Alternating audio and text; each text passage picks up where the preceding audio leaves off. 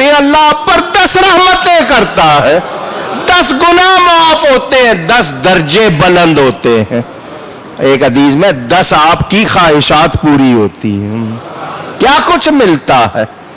کوئی گھاٹے کا سودا نہیں، عادت بناؤ۔ اور جمعے کے دن بہت زیادہ درود و سلام، اسی لیے ہمارے ہاں کپڑا بچھا کے پڑھا جاتا ہے کہ جمعے کے دن حضور فرماتے ہیں تمہارا درود و سلام میری بارگاہ میں پیش ہوتا ہے، تو زیادہ پڑھنا چاہیے۔ جو زیادہ پڑھتے ہیں ان کو نبی کریم صلی اللہ علیہ وسلم سے مہربانیاں ملتی ہیں۔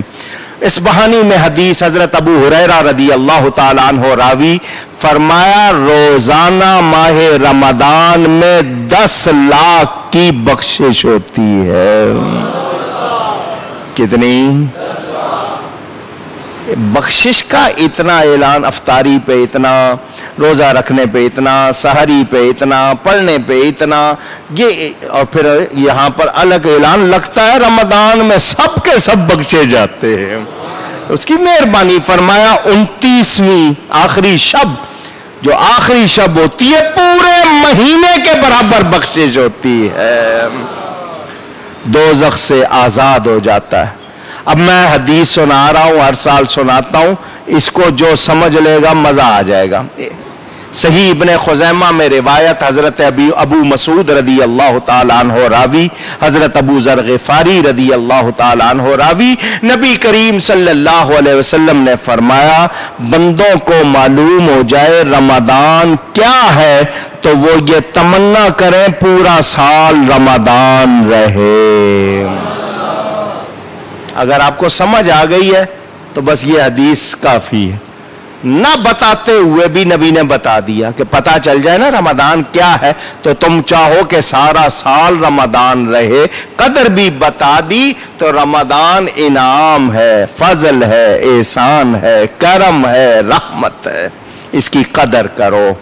میرے دوستوں اور بزرگوں، بخاری اور مسلم میں حدیث موجود، حضرت ابو سعید خدری رضی اللہ تعالیٰ عنہ راوی، فرمایا جو اللہ کے لیے، خالص اللہ کے لیے ایک دن روزہ رکھتا ہے تو ایک دن کے بدلے اس کے چہرے کو 70 برس جہنم کی آگ سے دور کر دیا جاتا۔ ایک روزہ 70 برس جہنم کی آگ سے دور کر دیا جاتا۔ اندازہ کریں کتنے انعام ہیں، کتنی رحمتیں ہیں، کتنا کرم ہے۔ حضور صلی اللہ علیہ وآلہ وسلم نے فرمایا ابتدائے سال سے آئندہ سال تک رمضان میں جنت آراستہ کی جاتی ہے۔ جب رمضان کا پہلا دن آتا ہے جنت کے پتوں سے عرش کے نیچے ایک ہوا حورے عین پر، حوروں پہ چلتی ہے، وہ کہتی ہے اے رب تو بندوں سے ہمارے لیے ان کو شوہر بنا جن سے ہم اور ہماری آنکھیں ٹھنڈی ہوں۔ کیا مطلب؟ حوریں کہتی ہیں یا اللہ ان کو ہمارا شوہر بنا دے جو روزے رکھ رہے۔ خود حوریں دعا کرتی، ابھی تو آپ حوروں کو سوچ رہے ہیں نا، جب آپ روزے رکھتے ہیں نیک ہوتے ہیں تو حوریں آپ کو مانگتی ہیں یا اللہ یہ بندے ہمیں دے دے۔ میرے دوستوں اور بزرگوں، یہ کچھ باتیں، ساری باتیں تو ہو نہیں پاتی، میں نے تھوڑی سی آپ کو فضائل کے حوالے سے باتیں بتائی ہیں۔ اب مسائل بہت مختصر۔ روزے کی 5 قسمیں ہیں۔ کتنی؟ فرض، واجب، نفل، مکروہ تنزیہی، مکروہ تحریمی، یہ 5 قسمیں۔ روزے کے 3 درجے ہیں، جو رمضان میں ہے وہ فرض ہے، جو آپ نے مان لیا وہ واجب ہے، ویسے آپ نفل رکھتے ہیں کوئی بھی روزہ۔ مکروہ تنزیہی جس وقت نہیں ہونا چاہیے بہتر ہے کہ نہ رکھیں۔ مکروہ تحریمی جو آپ نے رکھ لیا تو وہ خراب ہو گیا، ضائع کر دیا۔ کھانے پینے سے رکنا، یہ روزے کے 3 درجے۔ تمام اعضاء کو گناہوں سے روکنا، جمی ما سے واللہ سے جدا، مستغرق مشکل لفظ ہے، یعنی روزے میں ساری دنیا کو چھوڑ کے رب سے یار لگانی ہے، رب سے لو لگانی ہے، یہ ہے روزہ۔ رمضان کے ہر روزے کی نیت ضروری ہے۔ دھیان سے مسئلے سن لیں، رمضان کے ہر روزے کی نیت، پہلے روزے یہ نہیں کہہ سکتے میں پورے رمضان کی نیت کرتا ہوں، نہیں، ہر روزے کی نیت۔ نیت دل کے پکے ارادے کا نام ہے، زبان سے کہنا پسندیدہ مستحب ہے۔ نہیں بھی کہا روزے کی نیت سے سحری میں اٹھے ہیں تو وہ نیت ہے، کیونکہ نیت دل کے اور اگر نیت نہیں ہے ویسے ہی کھایا تو روزہ نہیں ہے. ہر روزے کی نیت اگر آپ سحری سے پہلے نیت کریں گے تو میں کل کے روزے کی نیت کرتا ہوں, کیونکہ جب صبح صادق ہوگی تو دن شمار ہوگا, اور اگر دن چڑھے پر نیت کریں گے تو میں آج کے روزے کی نیت کرتا ہوں. عربی کے الفاظ آپ کو آتے ہوں گے جو سحری سے پہلے کہتے ہیں وَبِصَوْمِ غَدٍ نَوَيْتُ مِنْ شَهْرِ رمضان, یہ آپ کو یاد ہے. اور اگر دن میں کریں گے تو نَوَيْتُ أَنْ أَصُومَ لِلَّهِ تَعَالَى مِنْ فَرَضِ رمضان, حَاذَا الْيَوْمِ بھی کہہ سکتے ہیں. تو یہ لیکن یہ زوال سے پہلے پہلے کر لینی ہے. جو دن کے اس دن کو اگر آپ نے اس کے بعد کی تو پھر روزہ.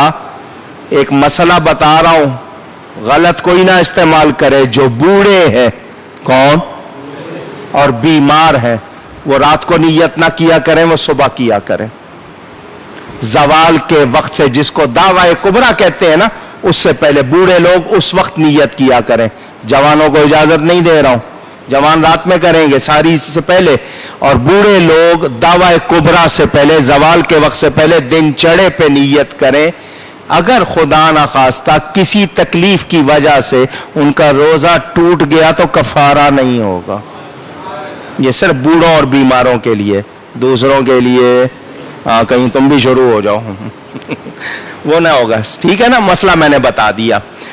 ہر روزے کی نیت کرنی ہے. میں نے آپ سے کہا نا جو سحری کرتے ہیں ان پر فرشتے درود بھیجتے ہیں, تو سحری میں برکت بھی ہے, ہمیں کرنا چاہیے.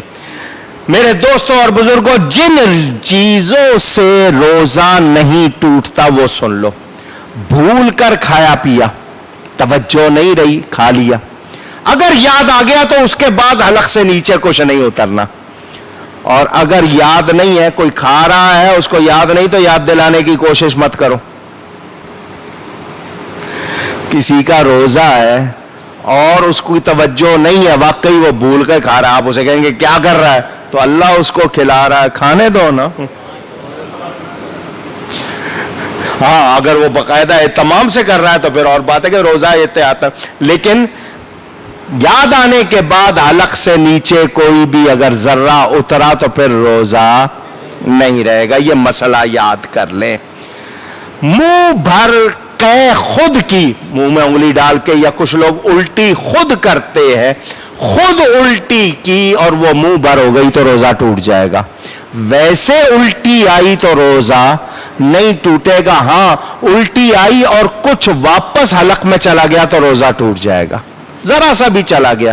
اور اگر نہیں گیا تو پھر روزہ نہیں ٹوٹ. سرما لگانے سے روزہ نہیں ٹوٹتا, سر میں تیل لگانے سے روزہ نہیں ٹوٹتا, بدن کی مالش کرنے سے روزہ نہیں ٹوٹتا, پچھنے لگانے ہجامہ کرانے سے روزہ نہیں ٹوٹتا. اگر نوجوان ذرا سمجھ لے, احتلام سمجھتے ہو, سمجھ گئے ہو, ویٹ ڈریم آ گئی سمجھ میں, سوتے میں کپڑے خراب ہو گئے, اگر ایسی حالت میں آپ نے روزہ رکھ لیا, روزہ نہیں جائے گا مگر نماز قضا نہیں ہونی چاہیے. نہانے میں دیر نہ کریں, جو ہی فوراً پانی ملے تو نہا لے. سنگی لگانا یہ بھی طریقہ علاج ہے, اس سے بھی روزہ نہیں ٹوٹتا. سنیں, مکھی بلا ارادہ اچانک منہ میں چلی گئی, اچانک منہ کھلا ہوا تھا اور مکھی چلی گئی اور حلق میں اتر گئی, آپ کا ارادہ نہیں تھا تو روزہ نہیں ٹوٹے گا. لیکن اب خدا کے لیے رحم کرنا, یہ نہ کہنا کہ اور کچھ نہیں تو مکھی ہی صحیح وہ والی نوبت نہ لے آنا. اگر جان بوجھ کے, اچھا سگریٹ اور یہ حقے والوں کا مسئلہ ذرا سن لیں. یہ خود پی نہیں سکتے, تو کہیں سے دھواں آ رہا ہو اس کو کھینچ لیں گے, کھینچنے سے روزہ ٹوٹ جائے گا, کھینچنے سے روزہ. ویسے آپ کو دھواں ناک میں پڑ گیا تو روزہ, لیکن آپ نے کہا چلو پی نہیں رہا ہوں کھینچ ہی لوں, کھینچیں گے تو روزہ. انہیلر, دمے کے مریض, سانس کے مریض, وہ جو دوا کا, اس سے روزہ نہیں رہے گا. اسی طرح وکس, یہ جو زکام میں سونگتے ہیں, اگر ناک میں سونگی روزہ نہیں رہے گا.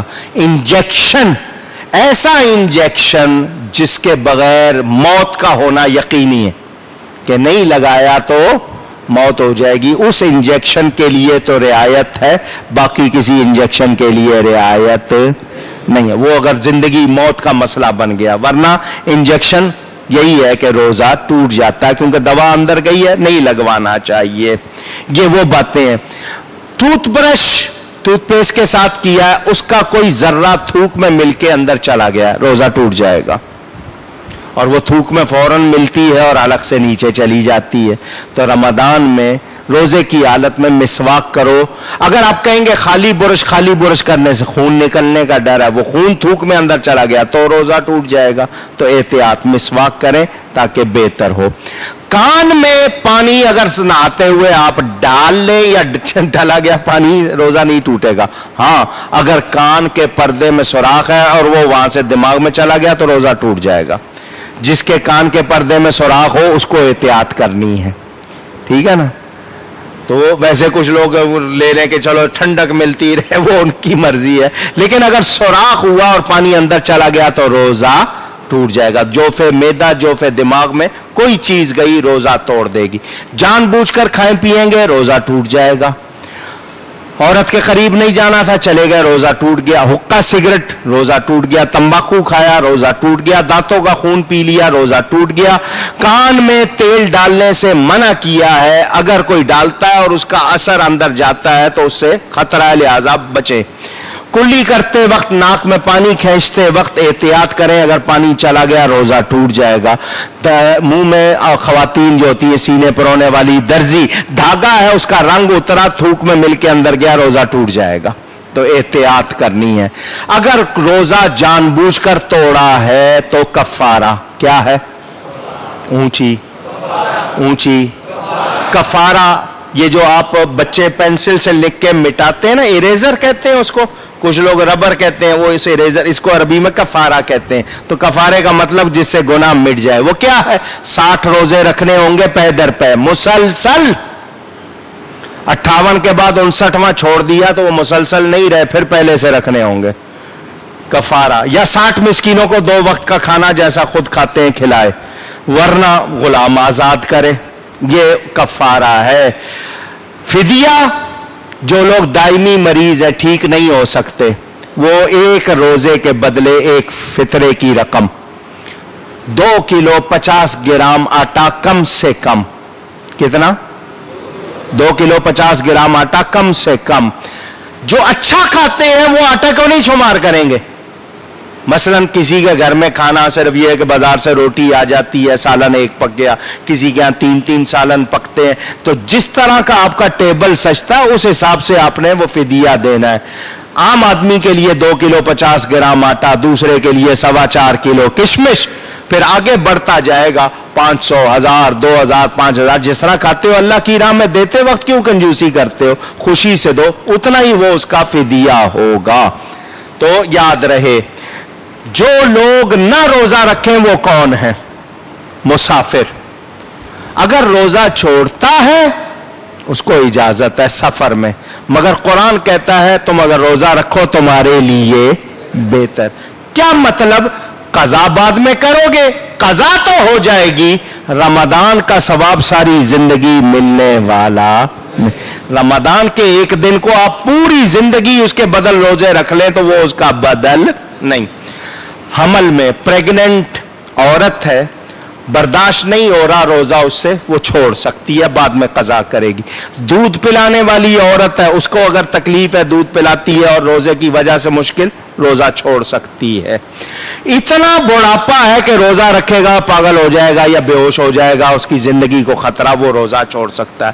ہلاکت, خوف ہے ہلاکت کا, ایسی بیماری کہ اس سے ہلاکت ہو جائے گی, پاگل ہونے کا اندیشہ ہو یا جان کا خطرہ ہو, تو وہ روزہ چھوڑ سکتا ہے.